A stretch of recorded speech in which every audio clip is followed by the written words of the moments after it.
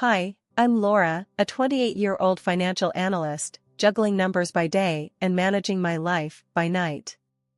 I had recently tied the knot with Jake, the love of my life who, unfortunately, spends more time in airports than at home due to his job.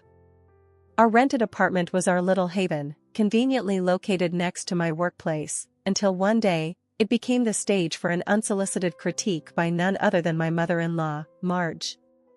Jake was away, as usual, when Marge decided to drop by unannounced. The sight that greeted her was my dinner, a takeout box from the local diner, and my less-than-spotless living room. Well, Laura, what do we have here? A takeout queen in her natural habitat? Marge's voice dripped with disdain as she surveyed the apartment. I bit my tongue, trying to keep the peace. Hi, Marge. I wasn't expecting you. Yeah, I had a long day at work, so cooking didn't quite fit into my schedule. Marge clicked her tongue, shaking her head. In my time, no matter how tired we were, we made sure our husbands came home to a clean house and a hot meal. Seems like times have changed, and not for the better. Her words stung, but I wasn't about to let her walk all over me. Times have indeed changed, Marge. Nowadays, we believe in sharing responsibilities. And with Jake away so often, I manage things the best I can. Marge scoffed, her eyes scanning the room like a hawk. Sharing responsibilities? More like shirking them. You do know that a wife's duty is to keep her house in order, don't you? Or is that too old-fashioned for you? I felt my patience wearing thin. Marge, with all due respect, I work hard every day. My job is demanding, and I do my best to balance work and home. Maybe if Jake was around more, things would be different. Her eyes narrowed, and I could tell I hit a nerve.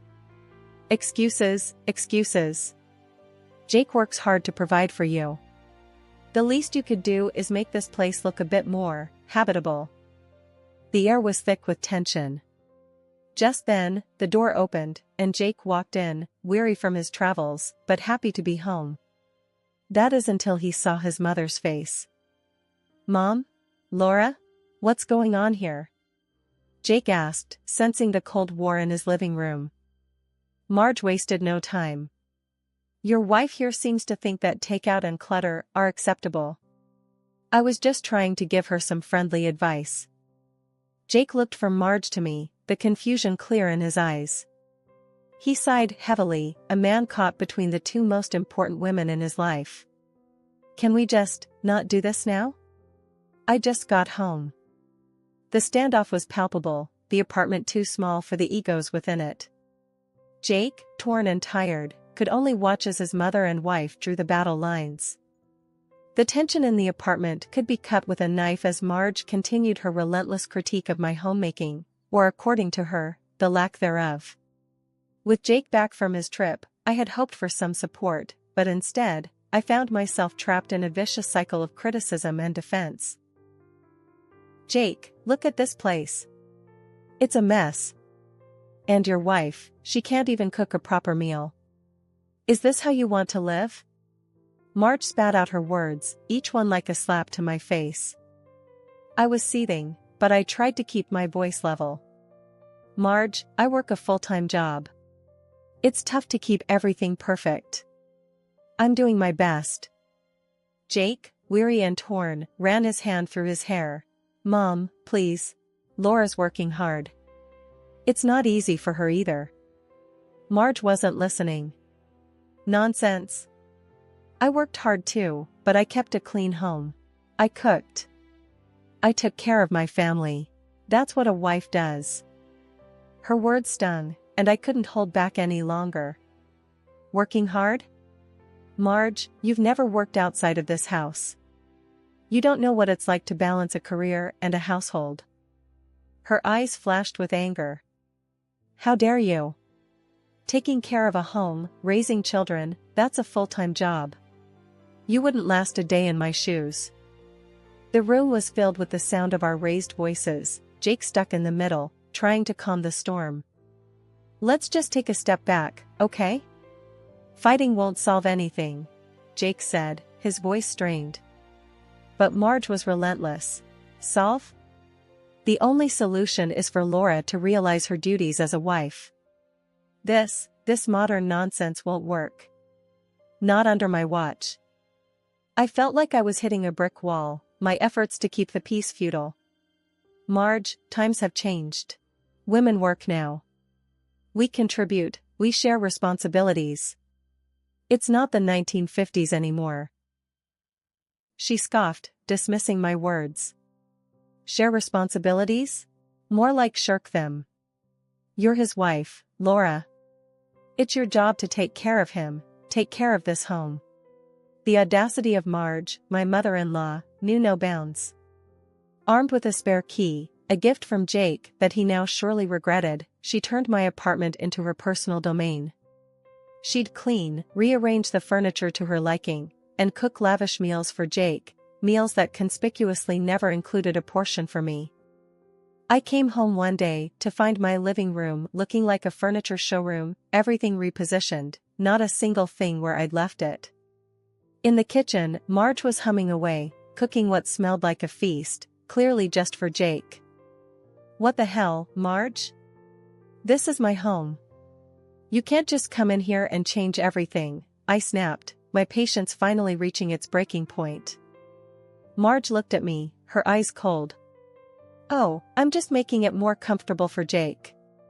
He deserves a proper home, not whatever this is, she retorted, her words like daggers. I could feel the anger boiling inside me. Making it comfortable for Jake? What about me, Marge? I live here too, you know. Or does that not matter to you? She shrugged, dismissive and arrogant. If you took better care of this place, I wouldn't have to step in. But you're too busy with your little and easy job to be a proper wife. That was it. I was done playing nice. Easy? You call this easy? You invade my home, criticize my life, and cook for your son as if I don't exist. This stops now, Marge. You're not welcome here anymore. Marge's eyes narrowed, her voice icy. We'll see what Jake has to say about this.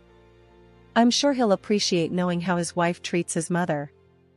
Jake walked in at that moment, the tension in the air almost tangible. What's going on here? He asked, a weary look in his eyes. Before I could say a word, Marge jumped in. Your wife here thinks she can ban me from our home. She says I've never worked a day in my life.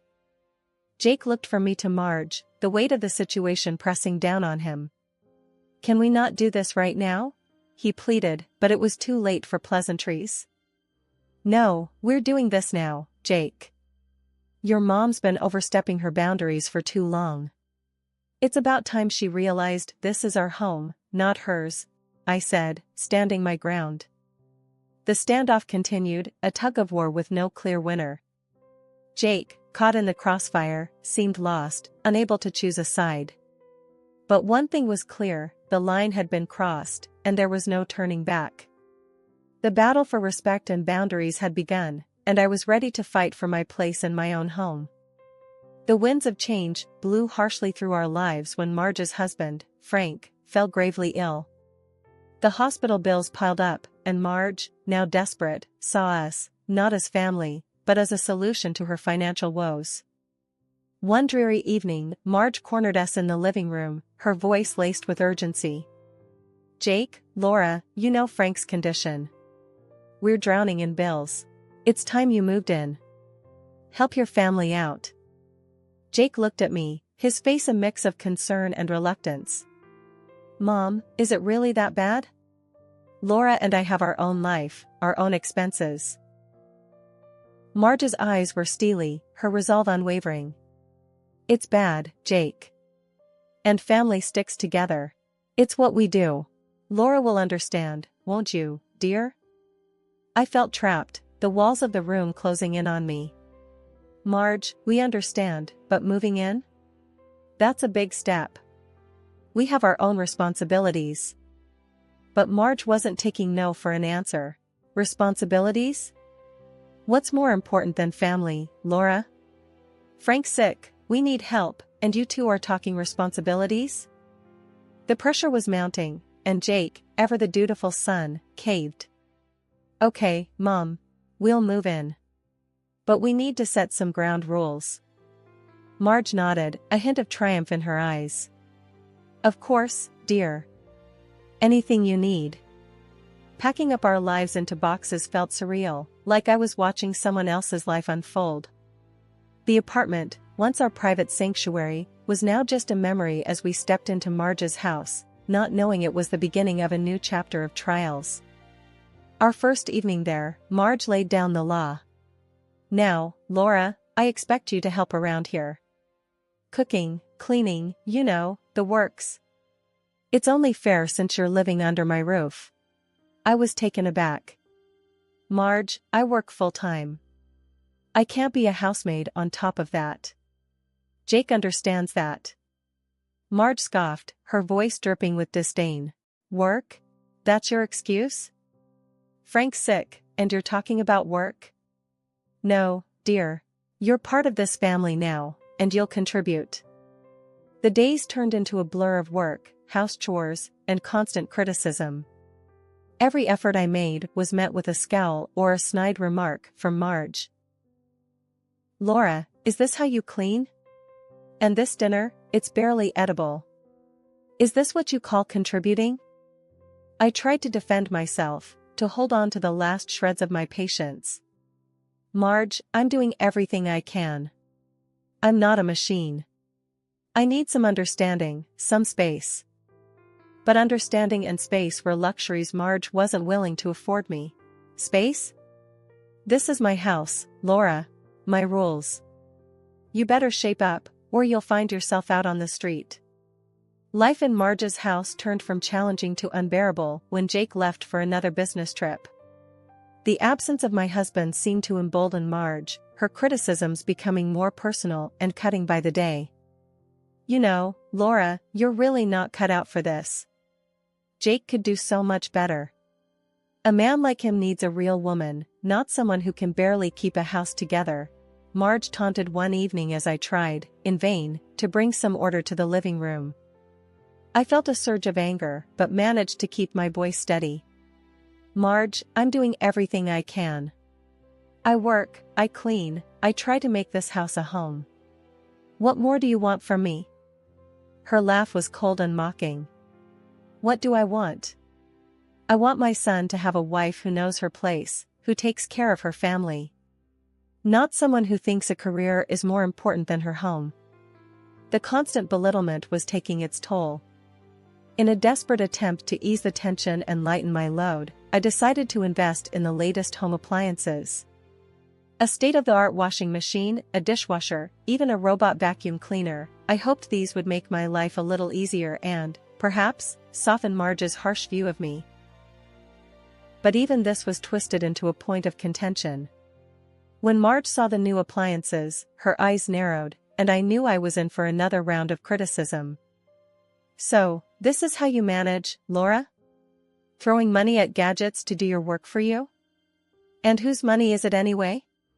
Squandering Jake's hard-earned cash on these toys, Marge accused, her voice dripping with disdain. I was at my breaking point. Marge, this is my money. I work hard for it, and I have every right to spend it as I see fit. These appliances, they help me manage the house, something you're always criticizing me for not doing properly. But Marge was unyielding. Your money? Please, Laura. We all know you're living off my son.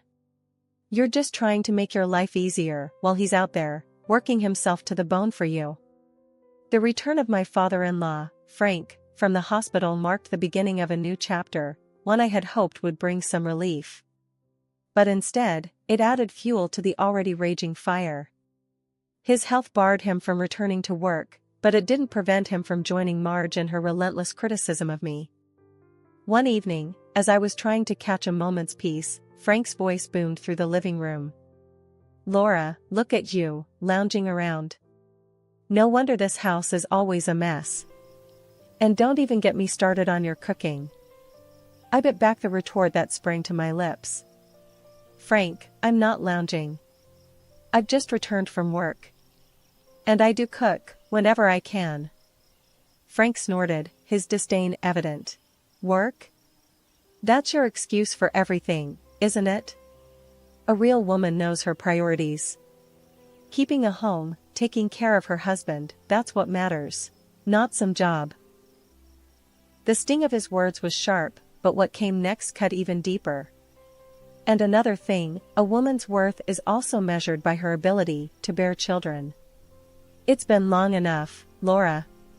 Where are the grandchildren? The accusation hung heavy in the air, a cruel reminder of our struggles. Frank, that's a low blow. You know it's not that simple. We're trying. But Frank was relentless. Trying? Maybe you're not trying hard enough. Maybe you're too focused on your career to give my son the family he deserves. Marge, ever the ally in criticism, chimed in. He's right, Laura. You need to get your priorities straight. This family needs more than just a paycheck from you. Jake, caught in the middle of this familial storm, seemed torn.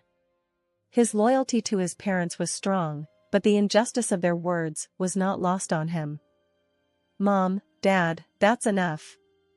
Laura is my wife, and she deserves your respect, not this persecution, he said, his voice firm but weary. But Marge and Frank were unmoved. Respect? She hasn't earned it. Not by a long shot, Marge replied, her eyes cold and unforgiving. Life in Marge's house was suffocating, each day a test of my endurance. I thought I had reached my limit, but the day Jake's sister, Lisa, came back was the day my world turned upside down. I was tidying up the living room when Marge walked in with a sense of purpose I hadn't seen before. Laura, we need to talk. Lisa's moving back in, and she'll need your room. It's the best in the house, after all. I stood there, dumbfounded. My room? Marge, Jake and I live there. We've made it our space. Lisa can't just take it. Marge's eyes were steely, her voice cold. This is my house, Laura. I decide who stays where. And Lisa, she needs that room. You and Jake can move into the smaller one. The unfairness of her demand struck a chord deep within me. Move into the smaller room? Marge, we're not boarders to be shuffled around. We're family, or have you forgotten? Marge shook her head, unmoved by my plea. Family helps each other, Laura. And right now, you need to help by giving up your room. It's not a discussion. Lisa walked in then, her eyes scanning the room like she already owned it. What's the problem, Laura? Can't handle a little change? My mom's right, I need that room. The room felt too small, the walls closing in. I looked at Marge, then at Lisa, the reality of the situation sinking in. You want me to just step aside, to give up my space without a word? That's not going to happen. Marge's expression hardened. It's happening, Laura. And if you don't like it, maybe it's time you found a new place to live. The words hit me like a physical blow. Jake was away, unreachable, and here I was, being cast aside like an unwanted guest. I took a deep breath, my decision clear. Fine, Marge. If that's how you want it, I'll leave. But remember, this is your doing. You're pushing me out. I went to our room, my room, and started packing. Each item I placed in the box was a memory, a piece of a life that was being torn away. As I dragged my suitcase out, Marge and Lisa watched, their faces a mixture of victory and disdain. Goodbye, Laura. I hope you find what you're looking for, Marge said, her voice devoid of warmth. I walked out the door, the weight of the suitcase, nothing compared to the weight in my heart. The bitterness of the escape was overwhelming, but it was also a release, a chance to breathe, to find myself again. As I hailed a cab and gave the driver my destination, I realized that this wasn't just an escape. It was a journey to reclaim my life, my dignity, my identity. And as the cab pulled away, leaving Marge's house behind, I knew that the road ahead might be tough, but I was tougher. Finding myself in a new house, the fresh start I desperately needed felt both exhilarating and daunting. The house was modest, but it was mine, a sanctuary from the relentless storm I had endured. As I unpacked, my phone buzzed. It was Jake, finally back from his trip. "Laura, what happened? Mom said you left. Talk to me." Jake's voice was laced with worry and confusion. I took a deep breath, the events of the past few days flooding back. "Jake, I couldn't take it anymore. Your mom, your sister, the constant criticism. It was too much. They wanted me out, so I left." There was a pause, the weight of my words hanging between us. "Left? Laura, I can't believe this. I'm so sorry." "I had no idea it was this bad," Jake replied, his voice heavy with guilt. I could feel the tears welling up, but I fought them back. "It's not your fault, Jake. But I had to leave. For my sanity. I couldn't live like that, constantly being put down, pushed aside." Jake's voice hardened, a rare edge of anger creeping in. "I'll talk to them, Laura. This isn't right. You're my wife, and they had no right to treat you that way." But the conversation took an unexpected turn when Marge called a few days later, her tone accusatory and sharp. "Laura, why did the movers take the appliances? That's Jake's money you're spending." I held the phone away for a moment, gathering my thoughts. "Marge, those appliances were bought with my money, my salary. And since I was kicked out, I took them with me. They're mine." There was a stunned silence on the other end. "Your money? But those are for the house, for the family," Marge protested, her voice rising. I couldn't help but feel a sense of vindication. "The family that kicked me out? No, Marge. I'm done. I'm starting over, and those appliances, they're a part of my new life. One that doesn't include constant disrespect and ungratefulness." The call ended with a click, the finality of it echoing in the empty room. It had been a few tranquil weeks since Jake and I moved into our new house, a place we could truly call our own. We set up our furniture and installed the appliances I had taken from Marge's house, marking the beginning of our new life together. But the peace was short-lived, shattered by a frantic call from Marge that I never expected to receive. "Laura, Jake, you have to come back. Frank's sick again, in the hospital. And Lisa, she's pregnant and alone. We're drowning here without you," Marge pleaded, her voice cracking with desperation. I exchanged a glance with Jake, feeling the weight of her words. But the scars of the past were still fresh, and my resolve was firm. "Marge, we're sorry to hear that, but we can't come back. We started a new chapter, and we intend to keep it that way." Marge's desperation turned to frustration. "But what about family? You can't just abandon us in our time of need." I took a deep breath, the decision clear in my mind. "Marge, family doesn't use each other. Family doesn't make you feel unwelcome in your own home. We helped as much as we could, but now it's time for you to find a solution. Maybe it's time for you to get a job." The silence on the other end spoke volumes. Marge was clearly stunned by my response. "A job? At my age? With Frank sick and Lisa expecting? How can you be so heartless?" The accusation stung, but I knew we were making the right choice. "It's not heartlessness, Marge. It's about setting boundaries. It's about respect and understanding, something we never got while we were living with you. You're going to have to manage, just like we did." Jake, who had been quietly supporting me, finally spoke up. "Mom, Laura's right. We've got our own lives to live. We can't be your safety net forever. It's time for you to take responsibility."